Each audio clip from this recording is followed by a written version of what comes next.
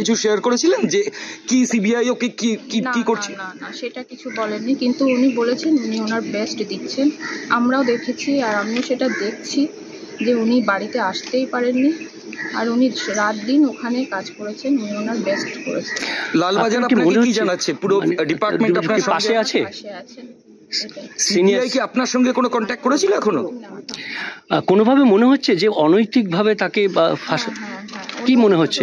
এটা মনে হচ্ছে, এটা আর বেশি জানি না, কোনোভাবে কি ফাঁসানো হচ্ছে না মনে করছেন?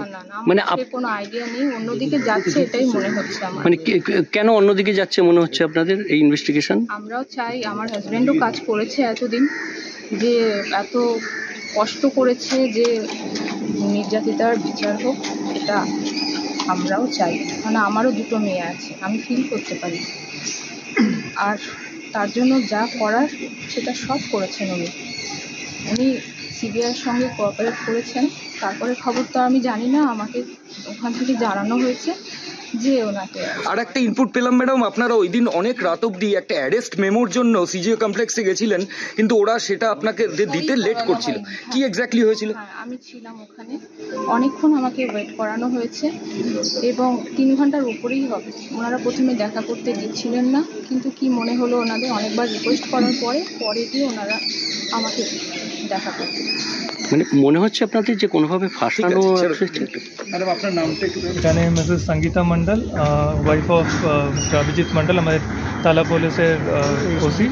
ওনার ফ্যামিলিকে মিট করার জন্য আমরা এসেছি মেইনলি বেসিক্যালি ওনাকে আমাদের সাপোর্টটা জানার জন্য, because Calcutta police is a family and Abhijit Mandal as a member of the family. ওনার এখন যখন একটা সমস্যা হয়েছে, কলকাতা পুলিশ ওনাদের সাথে আছে অ্যান্ড ওনাদের সাথে থাকবে। ওনাদের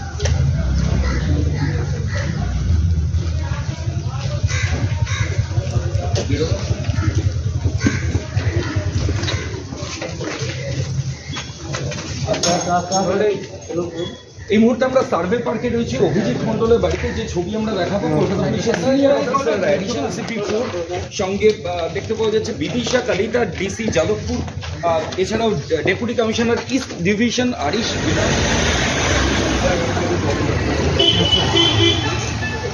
আমাদের ভিডিও ভালো লাগলে লাইক এবং শেয়ার করুন। কমেন্ট সেকশনে